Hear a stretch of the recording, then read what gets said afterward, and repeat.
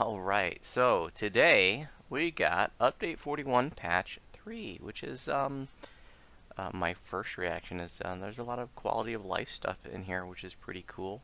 I'm really happy to see them do some work on fixing some things. Also, I guess probably the biggest news is that they finally fleshed out all the flavor rewards? No, the favor rewards. We don't have flavor rewards in DDO. We do, however, have favor rewards. So, maybe they need to add some flavor rewards. Some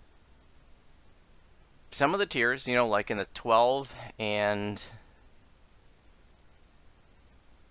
Hey, Karsten86, welcome. Like the top tier in the 12 and the Purple Dragon Knight for a long time just had nothing.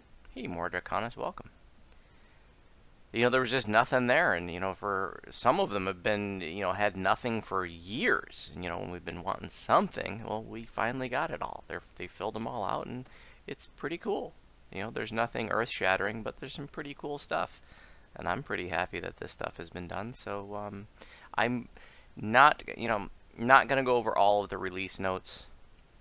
I really just wanted to go over like some of the favor rewards and make sure you guys realize some of the stuff is available and some of the finer details.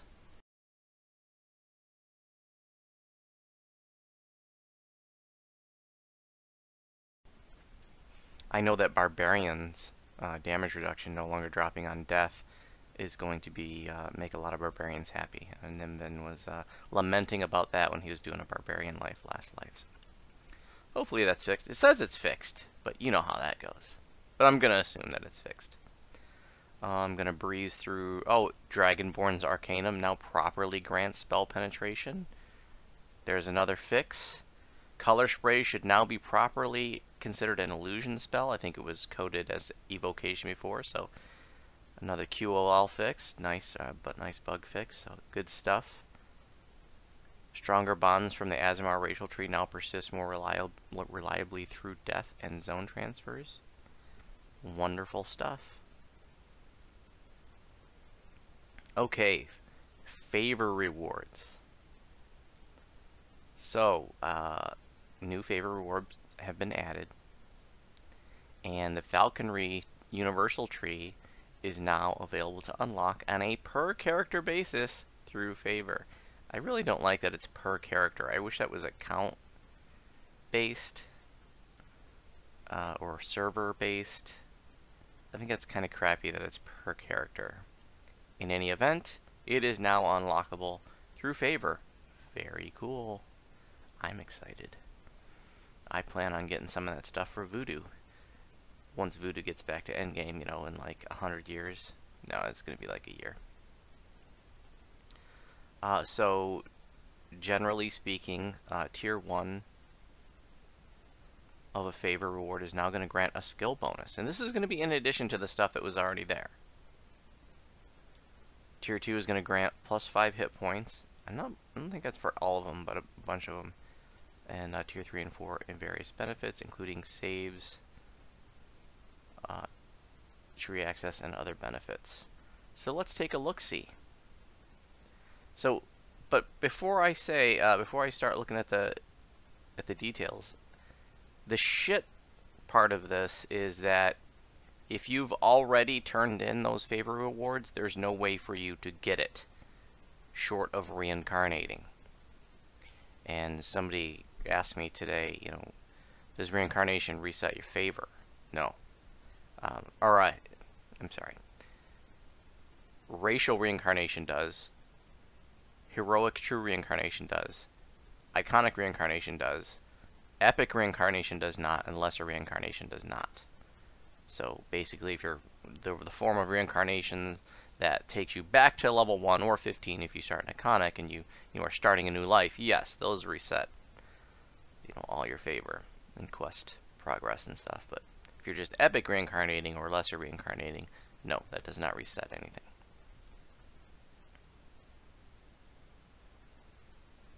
So you may be bummed out, like if you have a tune at endgame and you're like, this is, this is my raider. I'm keeping him at endgame for a while because, you know, I'm working on this other tune. Kind of like I have with Ginger Spice. It kind of sucks that you won't have, you know, if you've already turned in those favor rewards, that you won't have a way, short of reincarnating, to pick it up. So luckily on Ginger Spice, some of those things I didn't turn in, and some of those things I was short of. Like I actually just, you know, just a few minutes before I turned on the live stream, I ran a couple Harper quests because I was short of that next tier, and I ran a couple quests real quick on Heroic Elite to get the favor, and I was able to get the 5 hit points from the next tier. Good time to remind you guys, most of you probably know, but running the quest on Heroic Elite versus Epic or Legendary Elite makes no difference in terms of favor. So, you know, if it's just a good, you know, for example, Thorn and Paw was one of them. You know, it's like a level 23, right? And so I just wanted to get through it really quickly. There's not any value if Ginger Spice is already level 30. There's no value in trying to run that on Epic Elite, or I guess I couldn't even on Reaper at that point because I'm way too high over level. But so I just reserved it real quick on Heroic Elite, and I did that with Mask of Deception as well. So the same favor on Heroic Elite versus Epic or Legendary Elite. So if all you care about is the favor, you could just knock it out on Heroic Elite real quick to get the max favor on your Epic Tune, and you should be able to breeze through those, right? So Gatekeepers, rank 1, is going to give you +2 bonus to concentration and spot. That's cool. I'll take it. And then, and that's 75 favor. And then 150 favor, you're going to get +5 hit points. I like hit points. I'm a big fan of hit points. And as I was saying on DDoCast on Sunday, I've always found that when I run out of hit points, I die. So I like hit points. I encourage you to get some. For House J, for the first rank, you're going to get +2 bonus to heal and diplomacy skills. For rank 2, you're going to get 5 hit points. Remember, this is in addition to the stuff that's already there. This isn't overwriting anything that was already there. So, you know, House J, you know, you get a little access to the little buffs, and then House D's next, you have the access to the vendor and the stuff that's there. This is all in addition to anything that was already there. So House D, rank 1, +2 to intimidate and search skills. Yeah, I'm really happy with that.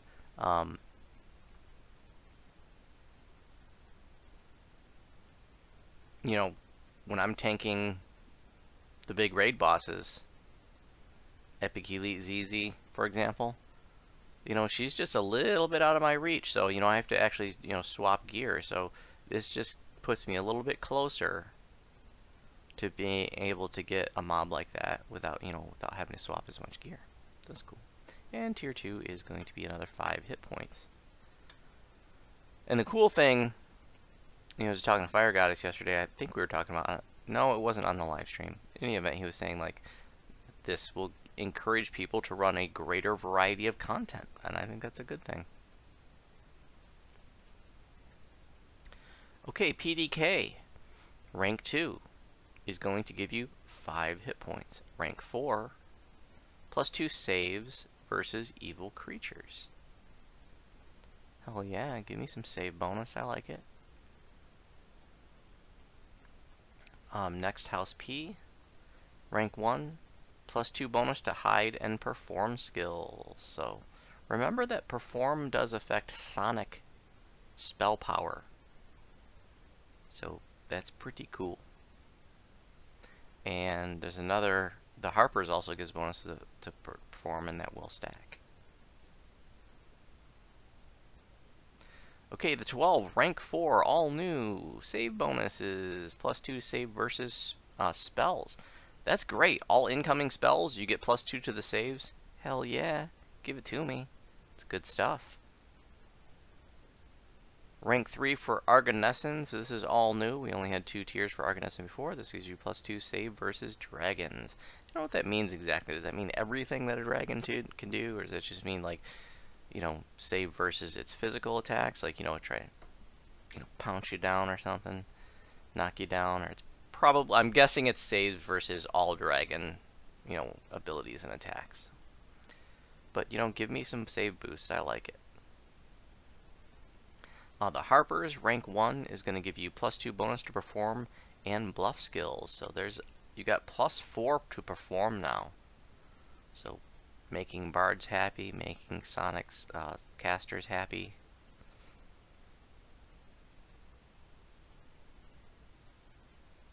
And rank 2 for the Harper is going to give you +5 hit points. And free agents rank 4 is going to give you access to the falconry tree. And again, that is a per character basis, not for your whole account.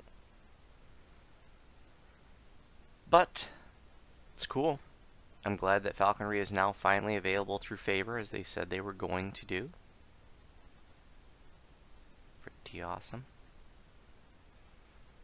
There's a new feat called Knight's Training. They've talked about it in the forums. And basically this is going to, you know, encourage people to, you know, use a greater variety of weapons and make, you know, other weapons more. You know, this is coming from a lay perspective. I'm not a melee person, so if I don't describe this perfectly accurately, please forgive me. But from my lay perspective, it looks like what they're trying to do is basically make certain weapons maybe more competitive with, like, Kopeshes. You know, Kopeshes have the bigger critical range, and people love that. But you got to take exotic weapon proficiency Kopesh. So here, you know, instead of going with the Kopesh route, you know, you could take instead you could take a feat called Knight's Training, and that increases the critical multiplier for longsword, battle axe, heavy mace. So, you know, it makes some additional weapons more competitive. I think that's cool.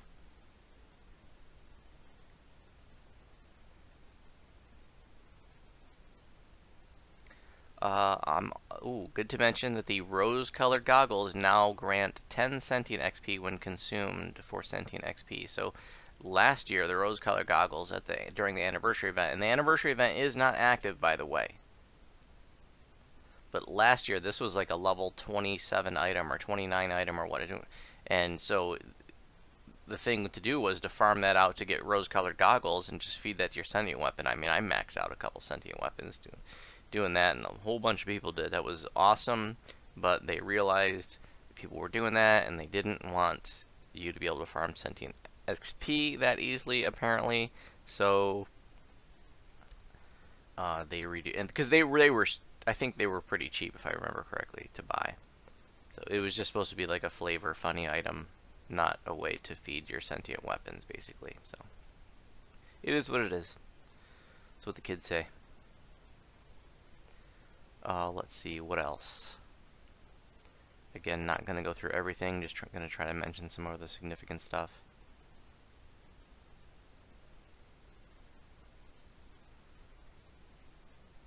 This is cool. Monsters should no longer aggro through closed doors. That's something that pissed me off before. You know, when you spike a dungeon alert and you're like, I'm not even to that part of the dungeon yet. What the F? You know? Spectral monsters, which can pass through doors, such as wraiths, still can. Fair enough. And monsters should no longer hear player footsteps or players using skills through walls and ceiling. So maybe, you know, oh, I don't know, Bastion of Power won't spike a red dungeon alert just by virtue of you being there. That would be cool.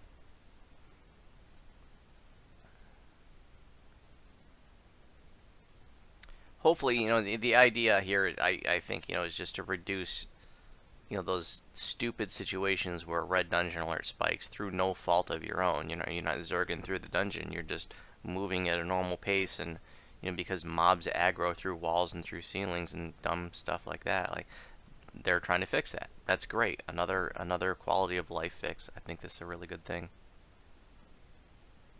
Really happy to see all of that. This next one, it says the color of several red dragons has been fixed. I didn't know it was a problem, but, yeah, whatever. Alright, moving on. Let's see.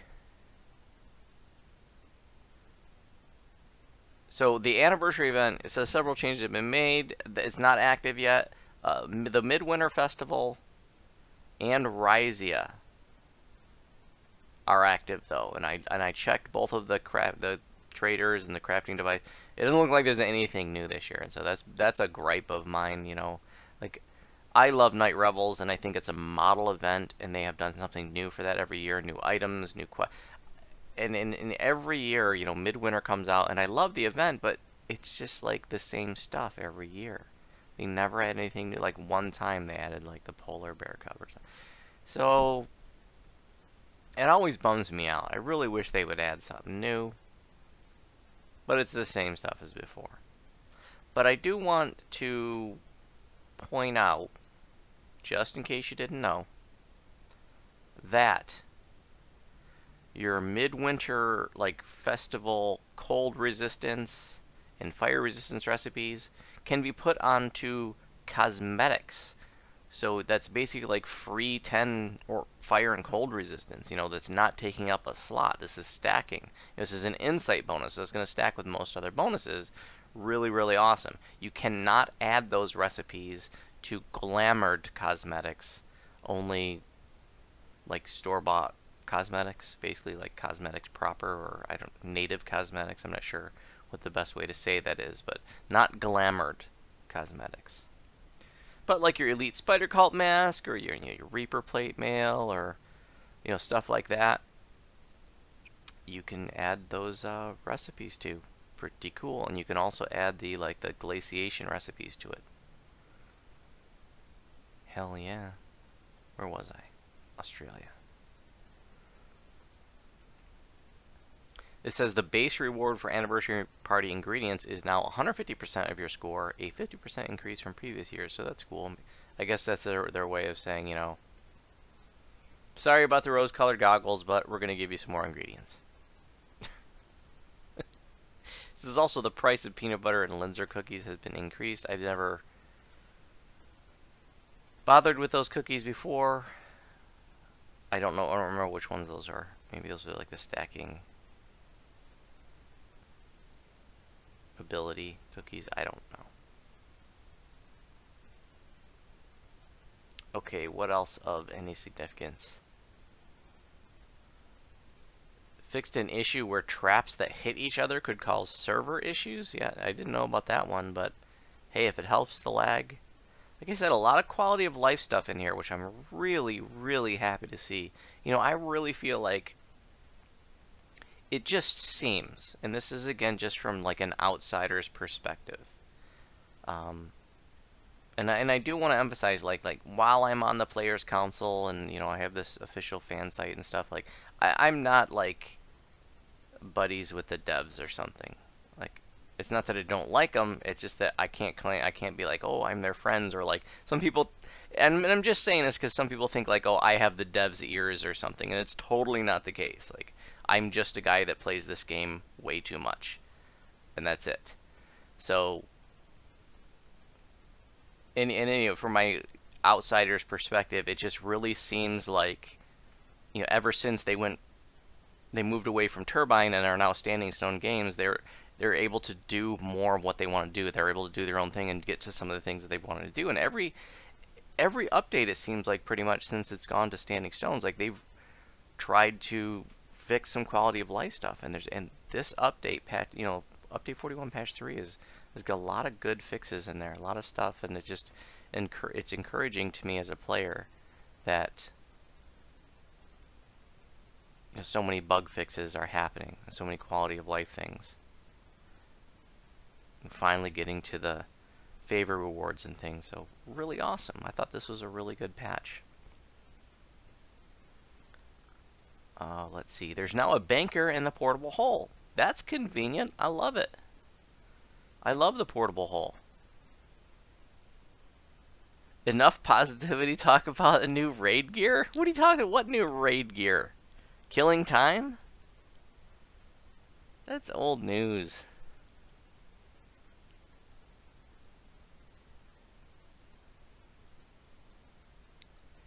Enough. Hey, I'm critical. I'll be critical. You want to hear me be critical? Get me going about the knockdown immunity in this game.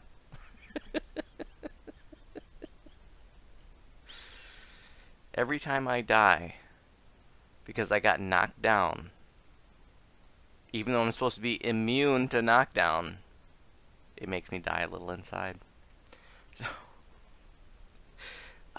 okay, where the hell are we?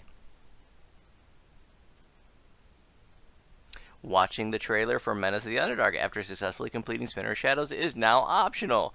You know, how many times you just like half awake, you know, sleepwalking through your game and you finish Spinner and that thing comes out and it's like, what? And you're like, holy shit. Because it's like volume level 5,000. So apparently that's optional now.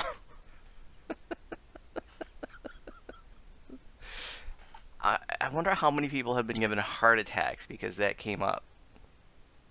I mean, I love that little mini movie, but it's pretty obnoxious the way that it just like thrusts you into it. But I mean, I remember when that mini movie came out, I was just like, I wasn't even that excited about Menace of the Underdark, you know, and I knew Druid was coming out. Like, I was excited, but I wasn't like uber excited. And then when I saw that movie and we got a glimpse at Loth, I was like, oh, I was like super geeked out at that point. That's a good word, huh? Baka.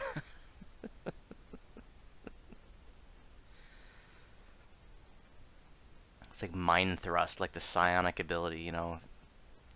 There's probably a psionic ability that's like force the Menace of the Underdark trailer into your mind. You know, minus 50 damage.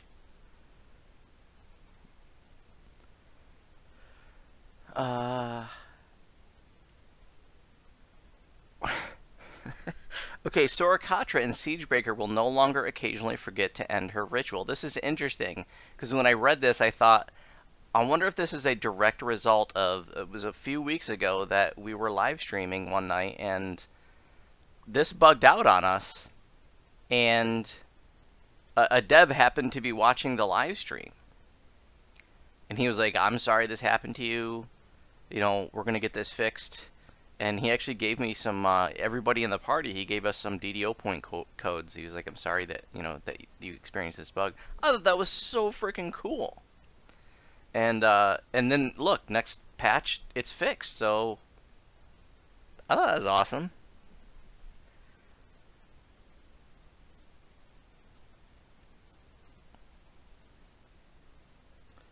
One second.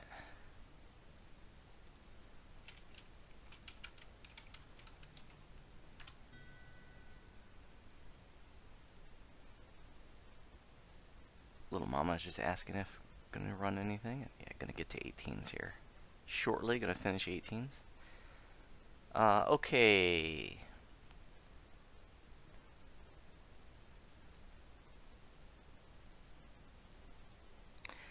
The Threads of Fate drop in amount in Legend of Hound of Zoriat has been increased. I don't know what it's been increased to, but thank you, because the amount that you get was ridiculous. Now, I understand some people are like, oh, what's a 5-minute raid? Yeah, if you know what you're doing and you're well organized. But if you don't know what you're doing, it's a clusterfuck. You know?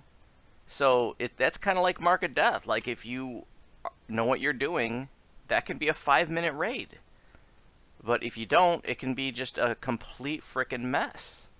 So, just because it can be done quickly, I don't think that's any reason to be like, oh, we're only going to give you a pittance for Threads of Fate. So, thumbs up on that one. We were actually, once Threads of Fate came out, we added Legendary Hound of Zoriat back into our guild raid schedule because, it's pretty quick and it seemed like it was going to be a good source of Threads of Fate, but it was like, man, this is so few threads. This is like an insulting amount. So hopefully it is at least a reasonable amount. Looks like some polishing done in the new quest, Lost at Sea.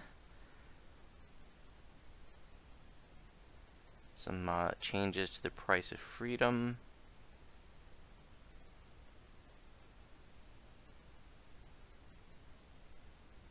Killing time debuff Storm Magic should now appear in the debuff bar instead of the buff bar. Changes to quarantine. Let's see. Okay, didn't personally experience this, but you know, I saw people screaming about it on the forums, and rightly so. Additional work has been done to prevent incorrect item loss during reincarnation. Additional logging of items has been added at the time a character talks to the Life Shaper. So I'm guessing that's behind the scenes stuff, that when you talk to the Life Shaper and you go to reincarnate, it's probably like, they're probably basically like keeping track of whatever stuff you had a little bit better. And just to, you know, just in case you do lose anything, that there'll be a better record of it, I guess. This one I found interesting or curious. The effects of orange and red dungeon alert have been adjusted. I don't know what that means. Does that mean it won't be so obnoxious? Does it mean we won't spike an orange or red dungeon alert as quickly? I don't know. I'm curious. Looking forward to find out. Animation polish to Vistani Knife Fighter in sneak mode. Additional performance has been done to address bard songs and client stuttering when certain buffs are conflicted.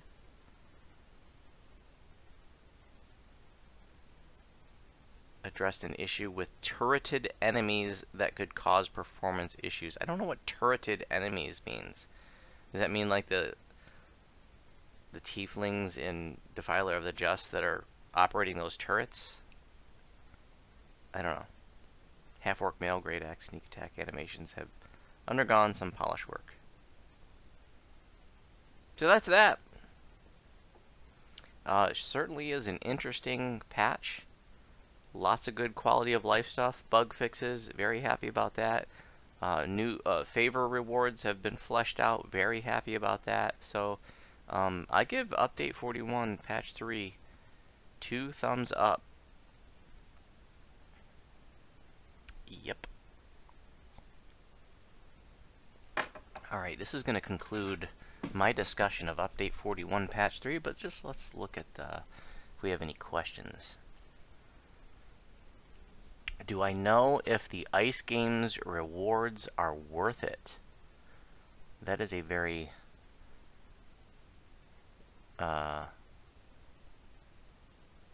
non-specific question. I mean, you know, the ice. So first of all, you have the Ryzia Ice Games, and that's what's happening in the harbor with the jump for the coins. And that's something different than the Midwinter Games in Evening Star, which is that's where the river has turned to ice, and you get your ice skates on and you skate around, and it's like a video game race. You try to get the snowflakes. Which, by the way, I have a video. I always have a video, don't I? Actually, I don't have a video about the Ryzia, but I do have for the Midwinter. If you're not, you know, if the Midwinter race is new to you, you've never done it, or you're new to DDO, I have a video, and it's just a 7-minute video where I show you how to be successful at the Midwinter race.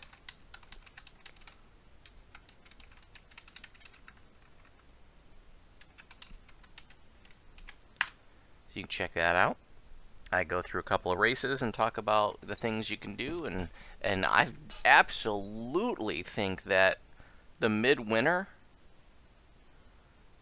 you know, I was just talking about the fire and cold resistance. Hell yeah, every one of my tunes has that on their cosmetic. I mean, that's basically a 10 stacking fire and cold resistance. I mean, it's an insight bonus, so it's not going to stack with other insight bonuses, but you know, most people aren't running around with insight bonuses to fire and cold resistance, so yeah, you know, every bit of survivability, and that's basically free, right?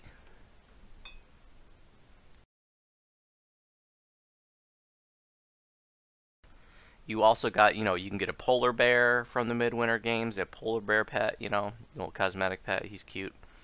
There's some cookies there. So yeah, you should definitely you should take a look. Everybody should take, you know, you go to Evening Star, and the trader guy is at the end of the race, which is down by the entrance to Wayloon. So go there, just click on him, see what he has. and decide for yourself if this stuff is worth it for you. I definitely like this stuff. Rhysia, you know, one of the things I might get this year is like the little snow elemental gems. You know, these are like little summons that you can get that are like level, I don't know if they're level 1 or 2, but that can be really helpful in like low B Reaper questing. They're pretty strong for low B questing. And you know, your air elemental gems that you get from Crystal Cove, those, you know, those are level 4. So the snow elemental gems that summon a snow elemental, which those can be used at lower levels. So Rhysia has, you know, like the Icy Burst kits. You can add Icy Burst to like a randomly generated weapon. You can't do it to crafted weapons or to named weapons, but you know, that's kind of cool. You know, you have a cool, you know, Vorpal longsword that's flame touch and has a red slot and has, you know, deadly 4 on it, and you know, it's just like the perfect heroic leveling weapon. Now you can add, you know, Icy Burst to it, right? How cool is that? So yeah, that's cool, man. I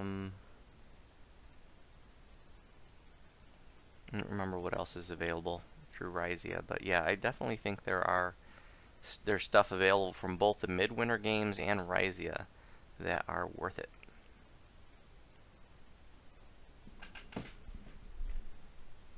So, you know, like I said, go to the trader down by Waylun and Evening Star for the Midwinter stuff. Go to the crafting altar in the harbor. It's out by the lighthouse.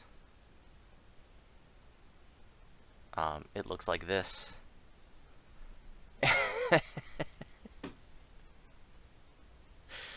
Click on it, scroll through what's available. Or you could just go on the wiki article. Never forget that DDO Wiki is the single best source of information, all things DDO. Mad props to those who edit that.